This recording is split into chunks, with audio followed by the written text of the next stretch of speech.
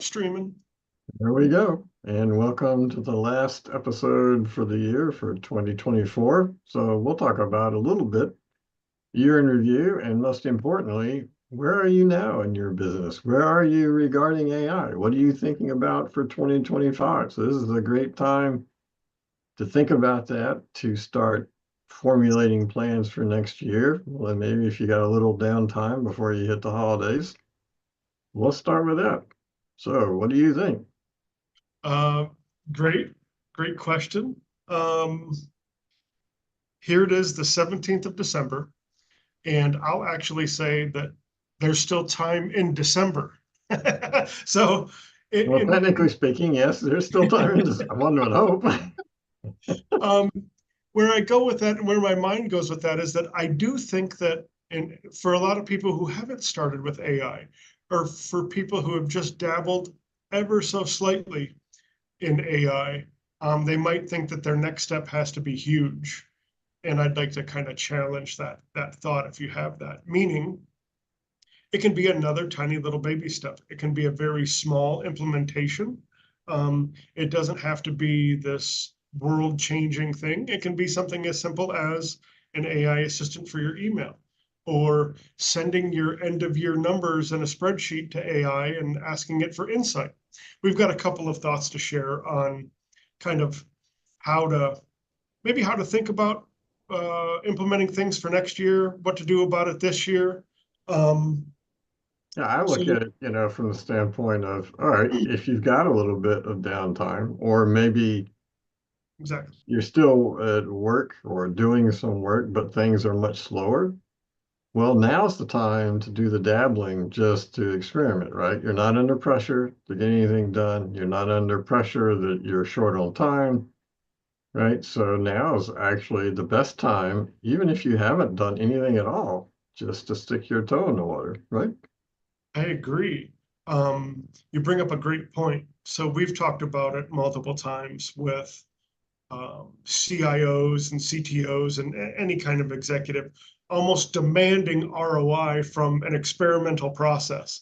And how can Right. you, those two things don't match? How do we get around that? But to your point, this could be a very great time of year um, to experiment on your own in the background. Figure out what works, what doesn't, what you like, what you don't. There's going to be some platforms that might be more intuitive to you. Um, I'll talk to people and I'll say, you know, what's your AI platform of choice? And some will say Perplexity, or somebody will say, I like Claude. I'll say, why do you like Claude? And they say, I don't know, I just like the answers better. And it doesn't have to be any more formulated than that. You've got a preference, and that's okay. Maybe it's the environment, maybe it's the answers, maybe you like to pay or don't like to pay, or there's exclusivity, or maybe you like Dolly integration. Everybody's got a different reason. It's all right. But now's the time to really kind of goof off with that. Experiment, excuse me, goof off. We don't goof off at work. One thing that did come out that's not on the list, just to throw out there, it was in my notes, just to have a little fun. Using AI doesn't always have to be about figuring out how to jam out more profit for your business or for your boss, or how to make everything more efficient. You can actually use it to have a little fun. And for paid OpenAI subscribers, they've now got a $200 a month plan. That's not what I'm talking about. I'm talking about the $20 a month plus plan. I think that's what it's called still. They just released for all paid members something called Sora, Sora. And if you're not familiar, Sora, you can go to Sora.com. It's integrated into it's a chat GPT product. Um, Sora is their video generator. So you can give it a picture and a couple of words on what you want that picture to do, and it will actually generate a up to 20-second long video based on whatever you provide it for context, whether that's a picture and words or just words. I highly recommend it. It's pretty fun. You may walk away from that and say, boy, that didn't change my life at all. And that's okay. There, I Well, promise. I'm going to make a note to do that here when we get off. So that's Yeah. Yeah, it's actually really cool. If you're familiar with video generation, there's a bunch of platforms out there. We've talked about a bunch of them. There's we don't have to go through the list of them. What I'm getting at is that exposure is valuable, in my opinion. And if you don't know, then you don't know. And there are going to be opportunities in the future that you never thought of based on new technology. And as you put it, this may be the best time of year to take a couple of minutes, an hour, a half an hour, whatever you can spare when you've got some downtime, and just experiment a little bit to see what's available to you. Yeah, and maybe you can even use it for the holidays. Like, so just a quick fun thing is, try to get your AI tool of choice, and maybe multiple ones, just generate, for instance, a picture of Santa riding a SpaceX rocket, right? That's just a Absolutely. straightforward, simple, right? But there's a goal, right, to get the picture of Santa riding a SpaceX rocket, but the idea that, well, how do I do that? So just doing that will help kind of get you over the hump of, all right, well, let me see if I have something in mind, because that's what's going to happen at work or at home, right? There's a picture that I want. Well, doing this fun one can kind of give you an idea with the tools available now. How do you get there, right? Yeah, absolutely. Absolutely. Um, it's funny that, again, in my notes, not part of our agenda, but I'll throw this out there anyway. Um, I went to a homeowners association meeting. I'm in this tiny little HOA. We're in a rural community, and it's kind of this odd thing because we're also rural, but we all kind of have these bylaws and these rules that we adhere to in living together, which is neat. It's about 250 acres. There's only 12 families that live there full time, lots of open space. It's a wonderful spot to be. Thank you, Lord. That being said, um, there's some problems going on in the HOA, and Why I does this not surprise me? Any HOA without they problems would be they the they surprise. they get a black eye. I know it. I've had some nightmare ones too, particularly when I lived down in Florida. I had, you know, you've everybody's got a story. Um, there's an email that needs to go out HOA member wide. And I was at this meeting and we were talking about what that message should say, because there's some sensitive content in the email about there were some extraordinarily generous folks who made some donations to help a problem that the HOA is facing. But there's still a shortfall, just not quite across the finish line. And I mean, how do you just come out and say, hey, anybody else want to match? Anybody else want? So I Why took not? all of our notes I mean, and I look at it like in your case, if you've only got 12 families and 250 acres, and maybe six are represented at the meeting, you're really just talking about getting money in the other six. in an effort to keep it professional, right? And to I know it sounds weird. I grabbed the whole conversation. I threw it in AI, told it what I wanted to do, and when I presented it to the people that I was meeting with, they were absolutely astounded. Well, great example, right? Of just simple use for just, instead of trying to beat your head against the wall, draft something, right? Is just say, hey, Right? here's this background, draft me a letter This is what I need that's you to do. respectful, right? Yes. Tactful, Yes, yes. Ask me any questions for right? clarification. It did a wonderful job. And again, sensitive topic. You think, oh God, how's a computer going to know about blah, blah? No, it handled it just fine. Go figure. Common language, large language models. That's the advantage here. To your point, instead of beating your head against the wall and spending 4 hours rewriting the thing, that way you don't, you know, making sure that you wish everybody a happy Kwanzaa, whatever it is, it checked all the boxes. It was great. Good Now example. that gives me an idea, people should be using AI to write their letters to Santa. Sure, sure, sure. Okay. Strategies for implementing Oh, AI. yeah, back to goal Yeah, back, setting back, and things to do. But back to work, back to work. All right. Strategies for implementing AI in 2025. So there's kind of two fresh off the press here from my mind, something that I've been thinking about and talking to people about, and I've been talking to people about implementations for them and talking about strategy moving forward. We've talked a little bit about this in the past. So there's kind of two schools of thought.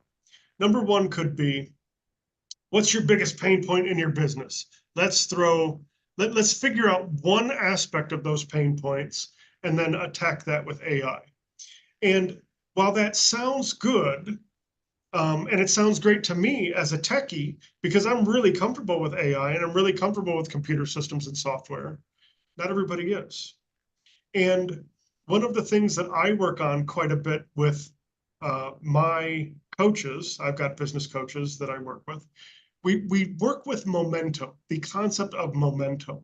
Mhm. And a lot of times I'll talk to my business coach or mentor about a problem that I'm facing. And the turn immediately goes back to, okay, where's the momentum in this? What have you been doing? What led you down this path? And I want to use that as a segue to talk about, if you're uncomfortable with AI, or if you're not sure where to start with something that's already working. You've got a system, a process, you've got a workflow in your business. It's already working. Maybe it's not perfect, but it's working. Take one little piece of that and make it better by using AI. You've already got momentum in that process. There's not a lot of question marks. You don't have to reinvent the wheel. You can simply supplement one little piece and continue to keep your momentum there. Once you've got confidence that that's working, that might open up other pathways. So instead of going after the big, nasty, ugly thing that you already don't want to deal with, and now you're going to add technology on top of that you're probably not real comfortable with, no, I don't recommend that at all. Instead, find something where you've got a little bit of momentum and run with it. When you start to gain more momentum, you'll be amazed at what you pick up with you on the way by. No kidding. Especially if there's anybody out there who's listening and you're kind of a technophobe or an AI phobe, or you're not exactly sure about AI, do some experimentation, find one thing, away you go. Here's some good examples, real quick examples. We're coming up on end of year, so my guess is that a lot of people have end of year reporting, whether that's your P&L, whether that's your marketing campaigns, totally up to you with whatever you're comfortable with.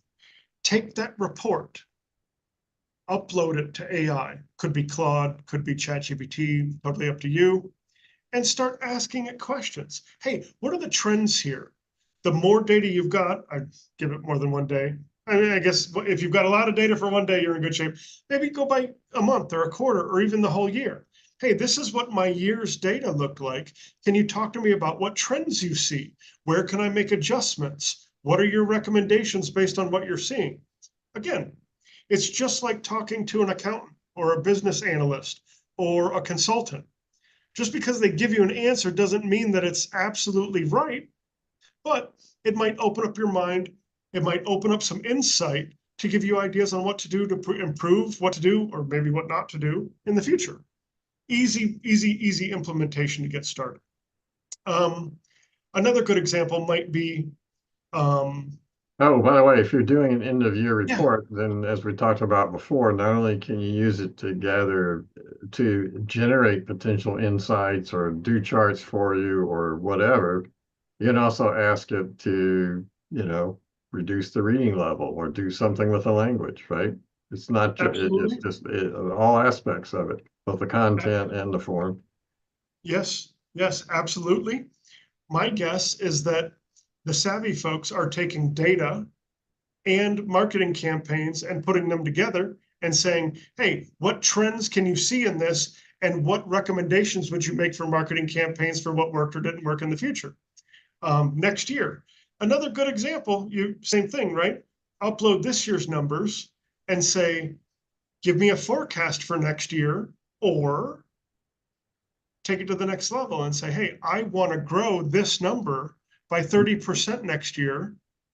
Ask me any questions you need to help me come up with a plan that I can execute to accomplish that goal. 30% growth, 30% improvement, whatever it is, right? So why don't you say that one again? Because that's probably, there's a lot, all these things are useful. That one is strategically useful. Just say I it again. agree. So you just brought up an excellent word, and it's something to talk about.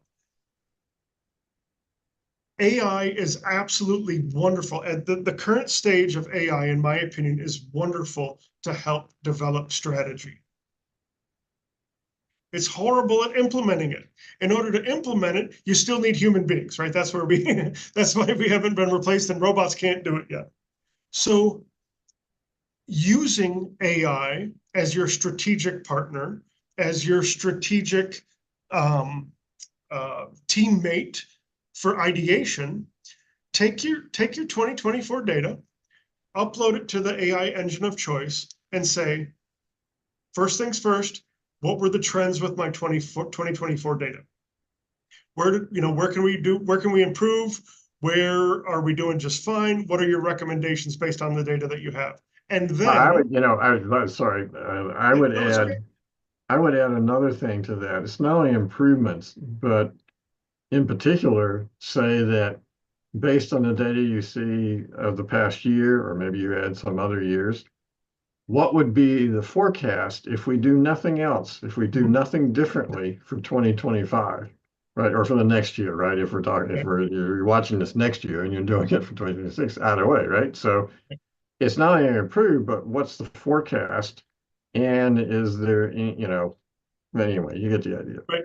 Yeah, for sure, right? If nothing else, I love the way you phrase that.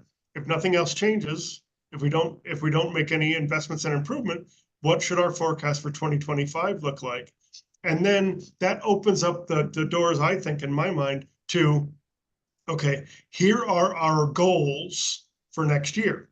Maybe goal is 30% improvement of efficiency in Department A, 25% top line revenue growth, et cetera. Whatever your company goals are, whatever you're thinking about for 2025, and then ask AI, based on what you know about my business, and feel free to ask me any additional questions to help me best, what strategy, what recommendations would you make to help me accomplish those goals? And it's going to spit out a lot of information at you. And we'll talk about it in the news stories when we get there.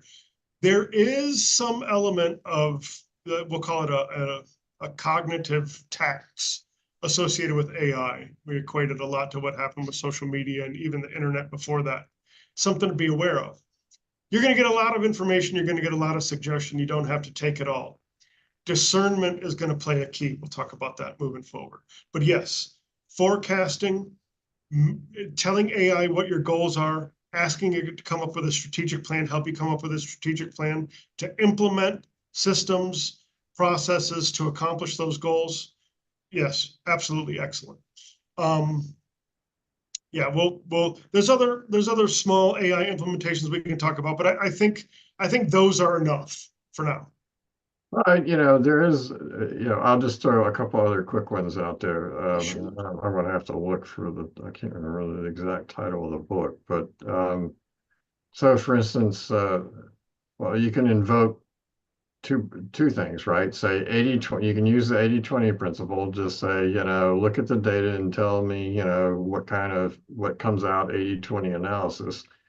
But the other thing is if you take Richard Koch's book on the star principle, where he explains the typical BCG 4 quadrants and how to become a star business, that's the kind of analysis question I would add on to it and say, what do we need to do to become a star business next year, right? And and you can reference the book, right, or something, or whatever else that's got a good definition, and just play with it. And when I say play with it, you may not get an answer you like. You may not get an answer that makes any sense. You may not get much of an answer at all, right? But you can ask the question different ways. You can do different things, because in that interchange, it's not just in the answers sometimes, but it's the interchange. You will possibly and most likely think of something else that's really important from a planning and from a business perspective, and maybe gain an insight that you wouldn't have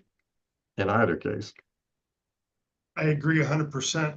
Everybody has a different flavor. So Mike and I cross-pollinate from a business perspective, a methodology perspective with You just said Richard Koch, 80-20 Pareto principle, star principle. We both have understandings but that doesn't mean you're limited to that. Meaning Yep. whatever Pick frame your poison. you want AI, whatever paradigm, right? Whatever window you want AI to look through, you set that stage and then ask it questions. So maybe you want to look at it from an 80-20 perspective, a Pareto principle perspective. Maybe you want to look at it from a star principle perspective. Maybe you want to look at it from a who, not how, a Benjamin Hardy perspective, right? What you get to set the stage on the frame that AI, the glass that AI is going to look through. You set the paradigm based on the user, the actor, the mental model that you want AI to use, and then you ask questions against that. So, Oh, by the way, you can also I haven't tried this lately, but you can ask it to take on the persona. Say, yes, I want yes, you to talk to me like you're Richard Koch. These two books in particular. And advise me. What should I do next year? What things should I look into? Right? I had a great conversation with somebody not a week ago who most of their conversations happen with Abraham Lincoln. They tell I want you to act as Abraham Lincoln and give me advice. Here's my question. And some of the responses are pretty interesting. That is interesting. Yeah. Speaking of who, not how,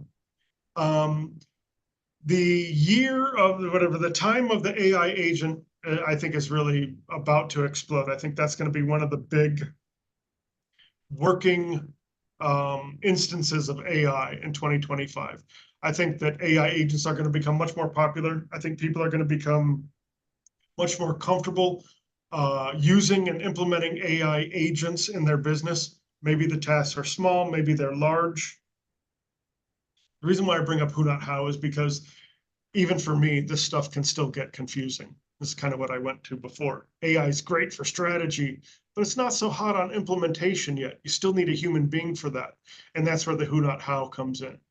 Maybe it's someone to help teach you prompting.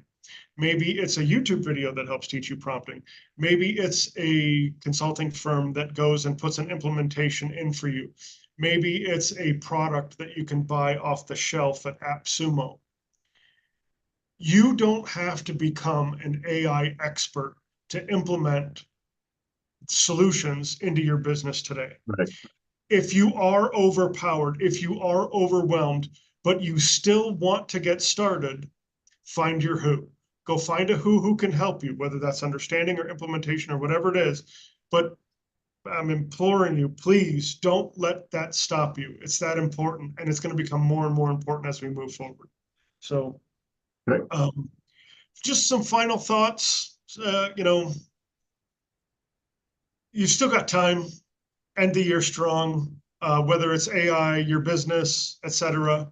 I'd like to take this opportunity to wish everybody happy holidays. I say Merry Christmas, Happy Kwanzaa if you're into that, Happy New Year. All of them, we're all covered here. No judgment or thought or anything like that. Everybody's welcome. We're all human.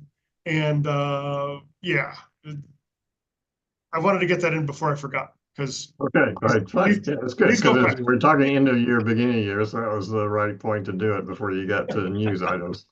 Yeah, yeah. Any other thoughts before we move on? Speaking of Yeah, which, let's go ahead and go to the news. Most likely we'll end up circling back probably if something comes up, but that's all yeah, right. sure, We'll move sure. on. So I don't know if anybody out here who's listening has ever used Klarna before, Klarna. But what Klarna is, you probably, if you've used it, then you've probably seen it on your shopping cart or checkout screen. And it is a platform that allows you to buy now and pay later. So it's kind of credit card, but the debt works a little bit differently. It's kind of payday loan, but any which way you cut it, Swedish company, pretty high on tech. Well, even though they've got job postings out on the internet, they stopped hiring people more than a year ago. And the reason why is because their CEO came out and said, AI can perform all of the stuff that we need done we don't have to hire any more humans for. It's pretty interesting. What they did Do they need say, to keep any humans to do what they want to do? well, here's where it gets interesting. So they built AI platforms and agents and workflows, but they reallocated their existing people into, go figure, more strategy. So they're now working more on strategy and direction, and the day-to-day, anything that could be automated or augmented is being backfilled by AI, even though the company continues to grow. So headcount stayed the same, company continues to grow, workload continues to grow, put AI agents in place. The reason why this story caught my attention so strongly is because this is the exact thinking. This is what I see more and more and more companies, institutions doing starting right now. It's already happening. Klarna just happens to be ahead of the curve, in my opinion. 2025, go back to it, just said it, reiterate it. 2025 is going to be a big year for AI agents. Then you get a couple different AI agents to talk together in the work that they're doing, and now you've got an automated workflow. That's going to be happening more and more and more. If you hear any of the bluster that comes out of Salesforce, that's really what they're talking about. That's really what they're doing. That's what they're putting into implementation for people. Again, in my mind, the takeaway from this story is really, we'll just call it understanding. The Mhm. understanding that this capability exists now, is real, and companies are already putting it into practice. Um, so the next news story that caught my attention is it talked about the cognitive cost of AI and what they called a mind tax. And the distilled version of this is when you go to AI and you say, hey, here's my 2024 numbers. Can you give me a 2025 forecast? It brings it back. And then when you ask it to perform strategy with you or strategic thinking and processing with it, you say something like, okay, well, I want to increase my top line by 30% based on what you see in these numbers and what you see in these trends. How can I do that? It's more than likely going to flood you with ideas. Some you've thought of, some you've never thought of. Some are great. Some sound like they would never work in your business. Sifting through all of that does take a toll. There is a tax, there is a mind tax.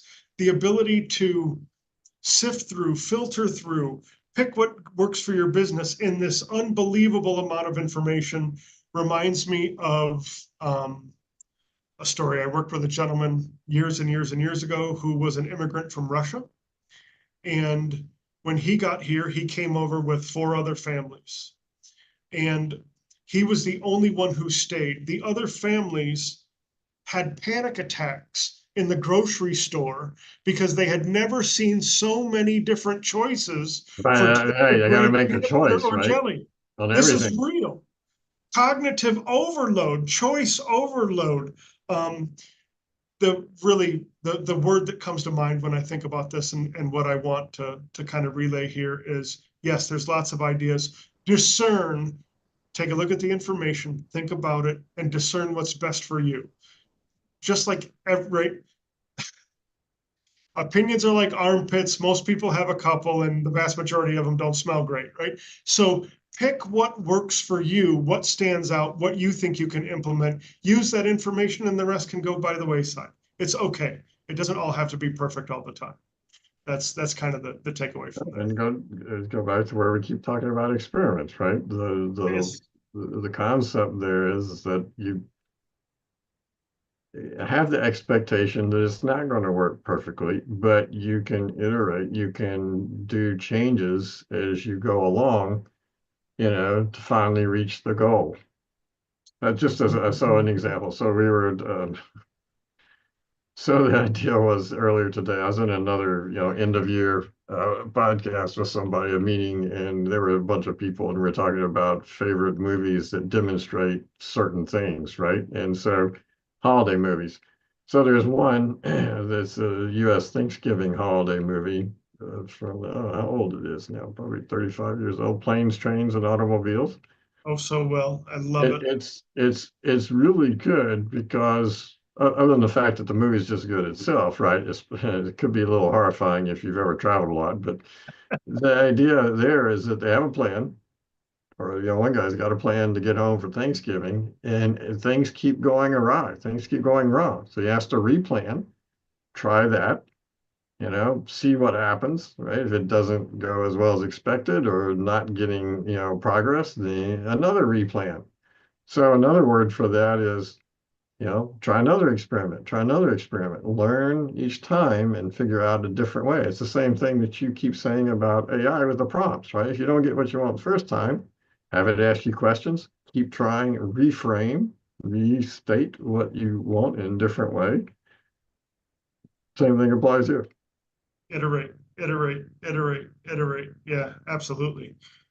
Good stuff. And that is a absolute favorite of mine. Um, yeah, the two of them together. John Candy, I hope you're well. Um, so our last news story for today involves the CEO of OpenAI suggesting that anybody who provides content that can train an AI model may receive compensation in the future. Maybe maybe compensation in the form of like what they're doing in college sports, NIL, right? Name, image, likeness. That may be there, maybe just the ability for AI to actually use your data. And this goes back, there's two aspects here. Number one, like, wow, there's a monetization strategy for regular people who are using AI. That sounds cool. I'm already using it. Um, can I, if my data is clean, can I potentially make money off of it?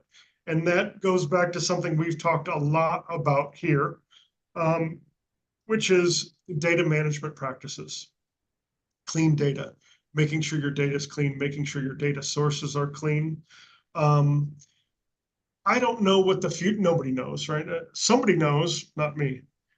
I don't know what the future of AI looks like from a training data, from a monetization standpoint. I actually had a picture in my head months ago now where there's some level of compensation between the mini LLM that is part of your website and your domain and the LLM of choice, maybe OpenAI or Google, whomever it is. People go to search and they say, hey, I'm looking for um, a golden zucchini grower in southern Michigan, and my website just happens to say that Steve is a golden zucchini, right? So there's some type of information sharing, and if there is revenue that's generated from it, there's a revenue split. I don't know what the future looks like. What I do think the future is bot to bot communications, agent to agent communications. A search agent knows how to talk to your website agent, and then there's revenue sharing.